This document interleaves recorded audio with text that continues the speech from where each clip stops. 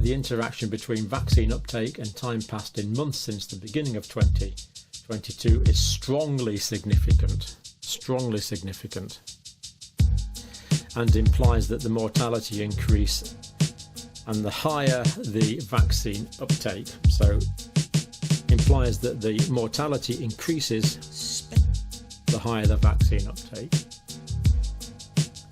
The more people had vaccines in 2021, that was vaccines in 2021, and this was increasing deaths in 2022.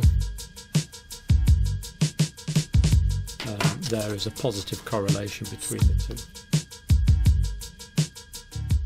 Doctors are not taught about nutrition. This is what Dr. William Davis speaks about in this news channel. You know, sad to say, as you know, if you want to talk to somebody well informed about diet, don't ask a doctor. They know plenty about drugs and procedures. They know next to nothing about diet and nutrition. You were, as a cardiologist, what was your training in nutrition? Virtually nothing. Lots of interest, but the formal training could be measured in minutes.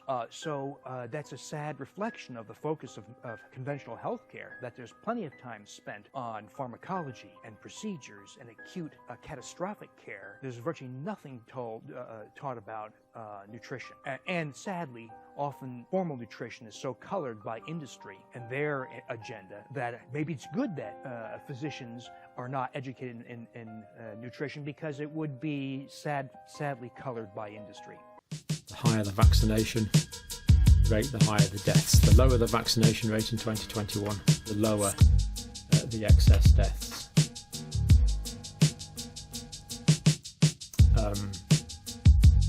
Now, of course, these are correlations, so they rightly went on and looked at other things that could be causing this. A lot of people are saying that are side effects. Let me ask you a question. If I were to go and buy a piece of real estate, okay, and I did all my comparables, and I looked at the mortgage rates, and I looked all around, you would call me an informed shopper to make the best bid. I asked one question about experimental vaccine, and I'm a conspiracy theorist. Potential reverse causality they looked at. Could it be the excess mortality that was causing the vaccinations? Well, they eliminated that because, of course, the excess mortality came after the correlation. You know, from the need for temporal correlations, that the cause has to come before the effect. But anyway, they carried on. Concerning alternative explanations, we controlled for average all-cause mortality in 2020 and 2021 by dividing the average between 2016 and 2019. So the mortality data they were taking was from before the pandemic. So that got rid of that variable. Relatively low mortality at one period is followed by relatively high mortality and later on, vice versa. So in other words, what they're saying here is, well, if lots of people died in 2020, you'd expect, or 2021, you'd expect fewer people to die in 2022. But I want you to know, double vaxxed, booster, flu shot, and I'm going to be honest, I have the shingle shot too. They never learn. Check this out. I still get my period. What? Yes! Traveled, went to Mexico twice, did shows, meet and greets, never got COVID. Clearly, Jesus loves me the most. Seriously. So nice, so nice.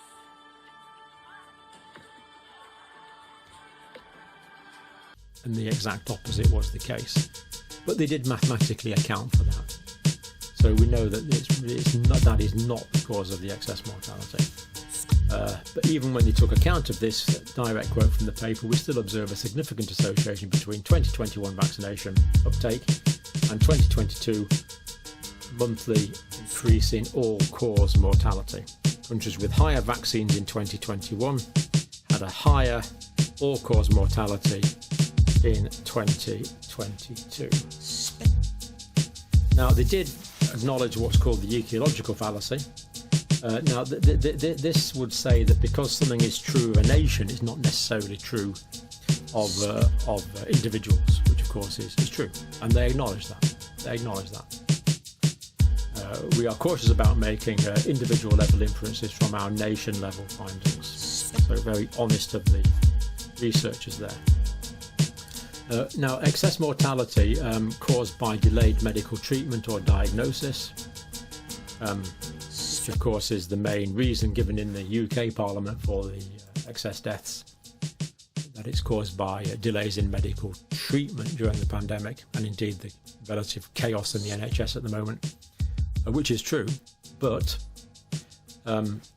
we cannot see that the issues have been more prevalent in high vaccine versus low vaccine countries. In other words, delay in healthcare is all over the place. All countries have delays in healthcare, but the correlation is still there. When they looked at the when they looked at the countries when they looked at the vaccination rates, when they looked at that one, the correlation is still there. Starting around the middle of last year, the middle of 2021, reports of these unusually long blood clots began to pop up across the entire world. You can see from the pictures that these are thick, twisted, rubbery clots that are sometimes several feet long. Here is, for instance, what a funeral director over in Alabama told us here at the Epoch Times. Quote, "We as embalmers are seeing some strange clots since the COVID outbreak. These clots are very rubbery feeling and very long as they exit the veins that we use during the embalming procedure. They really appear to be like earthworms. I have never seen this in my career until now." Likewise, another funeral director who has been in the business for over 21 years told us this, quote, "Prior to COVID, perhaps 5 to 10% of people had these clots. Now, more than half of the bodies I see have them." So what is going on here? What is causing these blood clots? Well, that's not exactly clear. However, I will tell you that almost all the embalmers we spoke with asked us to keep their identities private. What are they so afraid of? So they don't think it's caused by that, and they actually specify this, i.e. we do not expect delayed diagnosis or medical treatment during the COVID-19 pandemic to substantially have included omitted variable bias, so they don't think it's that. So there we have it. It's very clear that there's a positive correlation. It's in that paper there. The higher the vaccination rates were in 2021, the higher the excess mortality in 2022. So that's the end of this video. I've nothing more to say on that now. On a completely separate matter, I've been thinking of might go to the States and take up start playing basketball. Nothing drastic. I'd probably just start with semi-pro and then build up. But I've been looking at the terminology, and apparently you have something called a slam dunk in basketball, and this is literally a goal scored in the basket by putting the ball straight down into the loop with one's hand. So that's a slam dunk. The same points as a traditional basket, but it's a show of force, dominance and skill. So a slam dunk is something that is completely convincing. As I say, nothing to do with this today's talk, but I'll need to use the correct terminology for when I'm playing basketball in the States. So do look out for me. I'm quite optimistic about it. But for now, thank you for watching.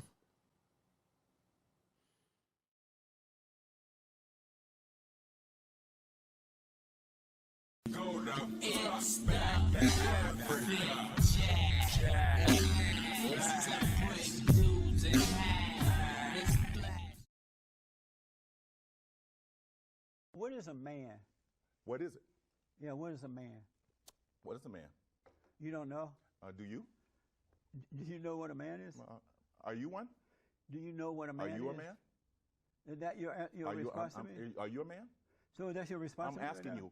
You answer me, and then I'll answer you. No, I'm asking you what is a man? Are you a man? What are you doing? You're not going to answer the question. I'll answer your question. You're my guy. You're the expert. You're the doctor. You're supposed to be answering these questions. Well, if you tell me what you tell me what a man is, and then I can tell you whether I believe that a man is what you think it is or whether it's not. Tell me your definition. I'll tell you if I agree with you.